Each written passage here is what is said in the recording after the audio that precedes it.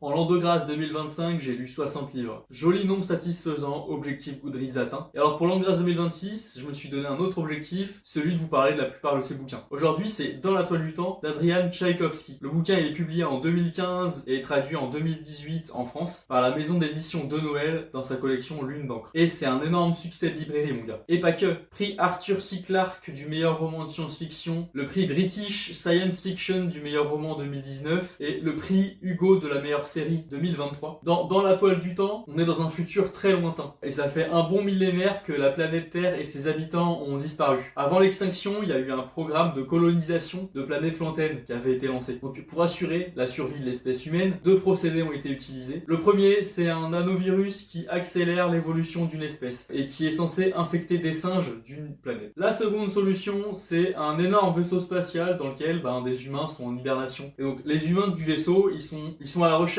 d'une planète qui aurait été colonisée par ce nanovirus et sur laquelle perdure la race humaine. Sauf que en fait, le nanovirus, il a infecté des araignées. Donc c'est des araignées qui vont évoluer. Et ouais. Donc on va suivre deux histoires en parallèle. Il y aura la tentative de survie et d'approche de planète des humains, les humains du vaisseau, et l'évolution en tant qu'espèce intelligente des araignées touchées par le nanovirus de l'évolution. Et alors c'était globalement un très bon roman. C'est pas le chef-d'œuvre que j'espérais, mais c'était très plaisant à lire. L'évolution des araignées sur des générations est une grande réussite, et même la grande réussite du roman, et la spéculation autour de l'évolution de cette espèce animale fonctionne très bien, même si j'étais vraiment méfiant autour de cet arc narratif. Par contre, l'aspect survie dans le vaisseau est bien plus conventionnel et pas vraiment surprenant. On a tous déjà lu ça bien plus d'une fois. Et donc il n'y a pas grand chose de nouveau à dire quoi. Les personnages aussi, ils sont pas franchement réussis, pas franchement agréables à suivre. Bref, du coup il y a un véritable décalage qualitatif entre les deux parties et c'est un peu dommage. Mais bon, le roman il en reste pas moins vraiment très cool à suivre. La prochaine fois, on va discuter de Une colonie de Yu Hawi, l'écrivain de Silo. À bientôt!